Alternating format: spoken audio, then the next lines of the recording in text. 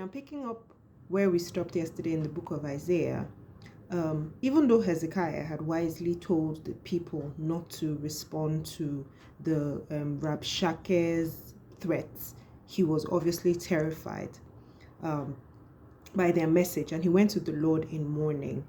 Now, this I saw as a pattern with Hezekiah was something that was a lesson that I think bears learning.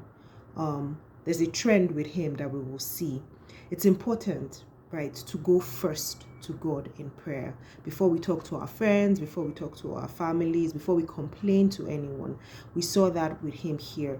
Whenever we're facing any challenges or trouble, God should be our first port of call.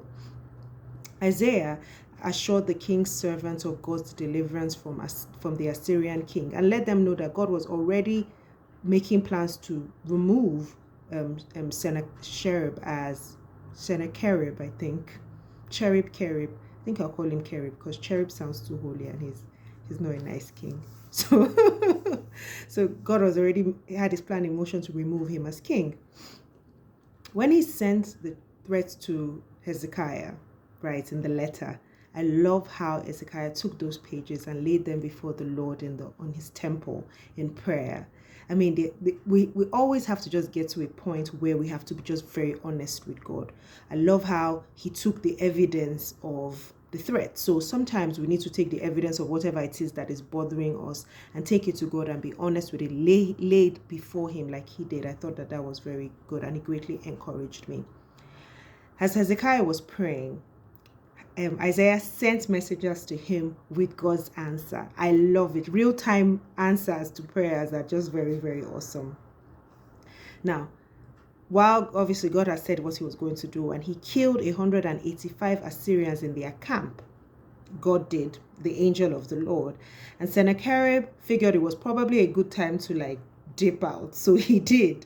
But leaving did not take him off God's hit list, because when he got home, he got murdered by his sons while he was worshipping his pagan god. Now, after that sort of wrapped up, we got into the part where Hezekiah fell ill, and God had said, your time has come. And again, we see him do what he has been doing that's been so admirable. He prayed to God and asked for more time, and God graciously added 15 years to his life. So now we see that Hezekiah not only prayed during difficult times of life, but he also offered praise to God for deliverance and salvation, as we saw when he was restored. However, after his recovery, Hezekiah seemed to just go left. I mean, it was sad, but before I judged him, I thought about it. I was like, but isn't that what we are as human beings? Our memory is so short. So even though, he was saved by God and he had extra years added to his life, he turned to trust in human beings instead of putting his trust in God. God alone had the power of life and death, and obviously showed him mercy. But my conclusion from this was that even the best of us fall short. That's it. Even the best of us. So we see him displaying his riches to the Babylonian envoys. Now, when that happened, I first thought, this could just be a case of just naivety, excitement, or he was just running on vibes to be like, see how great my God is, and look at how, how blessed I am. But it was his response to Isaiah's reprimand that made me think again, that instead of naivety, I think it was coming from a place of pride and arrogance, because he was actually showing off his wealth to be like, these are the things that I have. I found it quite perplexing that he gave a selfish response to Isaiah's prophecy about what will happen as a result. It was almost as if, as long as it doesn't happen in my lifetime, I'm fine. And I was like, wow, Hezekiah really changed. Yeah. So we go to Psalm 76, which is a corporate worship song praising God for saving Judah from its enemies. And God's people had, from the psalm, we could see that God's people had experiential knowledge of him and worshipped him as the God who repeatedly brought victories into their lives. Now that psalm was read because it was, said to have been written around this time. And here's my hashtag getting to know God lesson. God planned from days of old the things that we see coming to pass.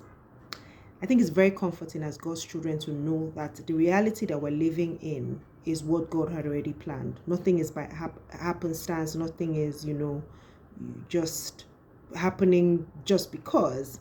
We know that no matter what situation that we find ourselves in or what difficulties that we have, God is in control. And it is his good plan in motion, and that good plan in motion is to bless me, bless you, and glorify his name. We need to be conscious of the fact that we're living in God's plan. And with that knowledge, I don't think there's anything that should make you shake or be nervous if you trust in God and trust in his plan. Thank you for joining me today. We continue tomorrow in the book of Isaiah as we're getting to know God through the book of this prophet. And I look forward to seeing you here. Have a good day. Bye.